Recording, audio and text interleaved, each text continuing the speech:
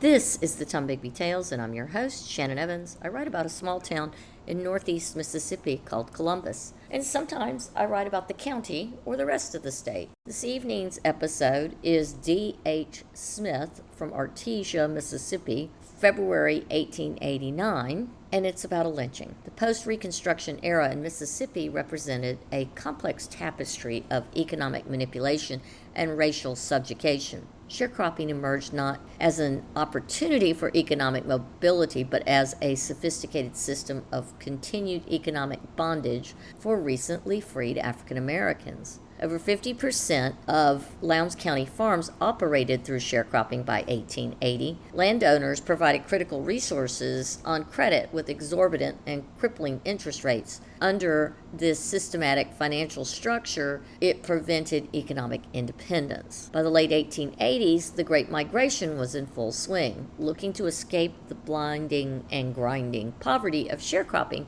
and tenant farming, the ugly reality of post-Reconstruction Mississippi, black men and women began to leave Lowndes County headed to better opportunities. Black recruiters came to town and to the villages as well, along the railroad to encourage able-bodied workers to leave the farms and fields of Lowndes County for opportunities in the growing mills and factories to the north. Other recruiters came from large plantations further west in Arkansas, Kansas, and East Texas, offering a larger take for newly signed sharecropper recruits. Many of these became dusters. Sharecroppers were the backbone of employment for blacks during Reconstruction after the abject failure of the contract labor system immediately following the Civil War. The government promised freedmen 40 acres and a mule by breaking up former plantations into smaller farms. Instead, due to political wrangling in Congress, the Confederate-owned plantation was returned to the former slave owners. These landowners now had vast holdings to plant, but no cash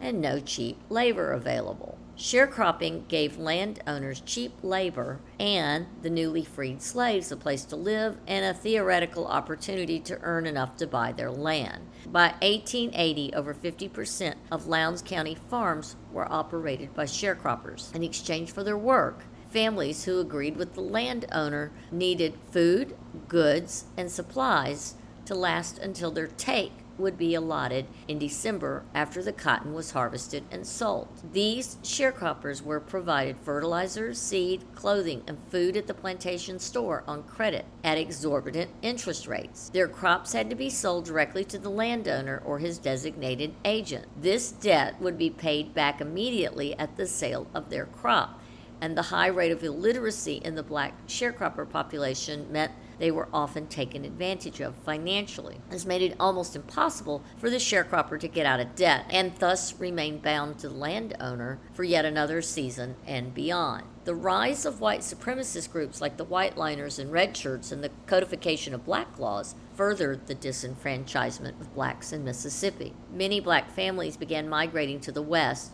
moving to Arkansas and Kansas in search of a better life. In Lowndes County, blacks had been migrating to the rich Mississippi Delta to farms like Dockery and the Heathman Plantation, among others. These farms were offering better rates for sharecroppers and promises of better living conditions. Those who left and moved west of Lowndes County hoped to find financial freedom that the Delta and beyond had to offer. Local whites, terrified of the loss of their cheap but experienced labor pool, intensified their efforts politically and financially to keep their workers, quote, down on the farm. They intercepted black newspapers from radicals like Richard Littlejohn in Columbus and others that were arriving on the trains like the Chicago Defender. These newspapers were renowned for not only encouraging the diaspora, but also advertising job listings for African Americans. The local white landowners were losing its cheap labor force faster than they could recruit replacements from Georgia or Alabama. They were living so tenuously on their estates that their existence was dependent on the sharecroppers and their continued debt.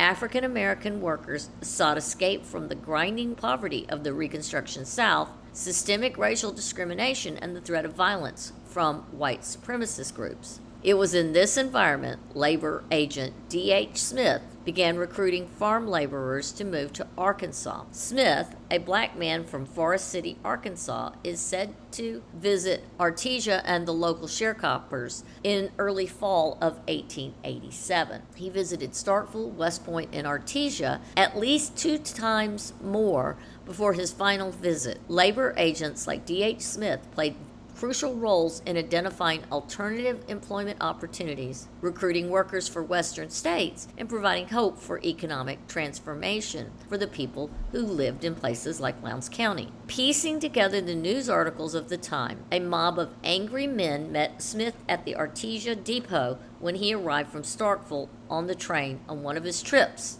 when he was trying to catch his connection back to Arkansas. He was stalked by at least 3 members of the crowd who shot him first in the back, incapacitating him. They then took him to a nearby tree, tossed a rope over a sturdy branch, and lynched him. According to the Oxford Eagle, 28 February 1889 edition, Smith was killed by, quote, 2 reputable citizens from Oktibbeha and 1 from Lowndes County. The 3 were charged with the crime, but no court documents have been uncovered to support the claim. According to the Starkville Times, an inquest was held. However, no one was arrested. According to the single news report, it is only another Negro killed, and Negroes don't count for much in Mississippi. That is from the Ogilvy Press, April 6, 1889 edition. An inquest was held into the death of D.H. Smith in March 1899 and recorded on page 80, Book 9 of the Lowndes County Board of Supervisors.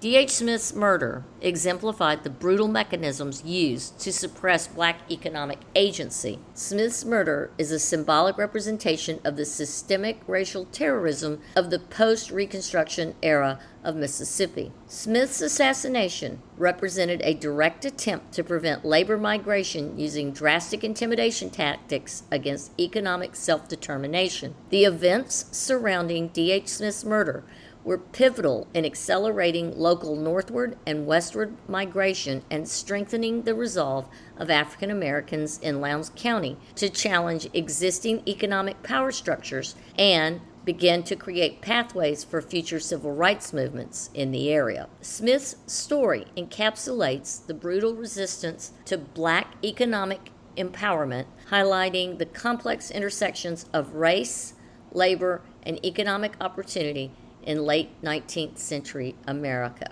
I want to thank you for coming on my podcast, The Tom Digby Tales. Until next time.